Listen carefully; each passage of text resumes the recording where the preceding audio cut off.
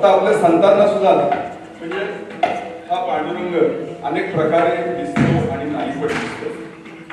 म्हणजे निराकार तो निर्गुण ईश्वर कसा प्रगटाला असा विटेवर कनिकांनी सुद्धा म्हटलेला आहे.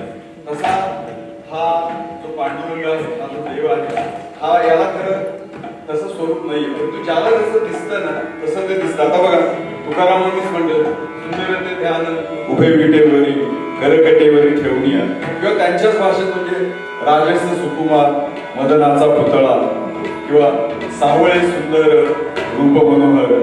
तसंच नामदेवांनी म्हटलं रूपे श्याम सुंदर नीलोत्पल गाभा, किंवा एकनाथांनी म्हटलेलं रूपे सुंदर सावळागी माय.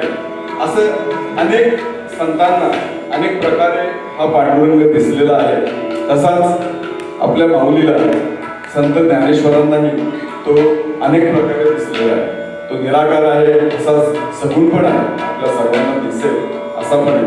मला आठवतंय मी मध्यंतरी एकदा पुण्याला गेलो होतो, तेव्हा एक मुलाखत हे चालू होती, पालखी चालू होती, आणि असे 85-86 वर्षाचे वृद्ध गृहस्थ होते, आणि हे असे फालतू पत्रकार असतात. त्यातला एक जण त्यांना विचारत होता, काय होतं तुम्ही पंढरीला जाऊन आलात? हो हो म्हणले, आमच्या नातवाला घेऊन गेलो होतो. आता 10 वर्षाचा नातू होता त्यांच्याबरोबर, 10-12 वर्ष. ते म्हणले आता गेली मला आठवत नाही, पण ह्याच्यापेक्षा लहान होतो तेव्हापासून मी पंढरीला जातोय वारीला. तर ते म्हणले हो का, तुम्हाला पांडुरंग भेटला का? तर ते म्हणाले मला नाही भेटला, पण ज्यांना भेटला त्यांना माहिती आहे. तर ऐकूया तो पांडुरंग कसा आहे, आता ऐकूया आपण.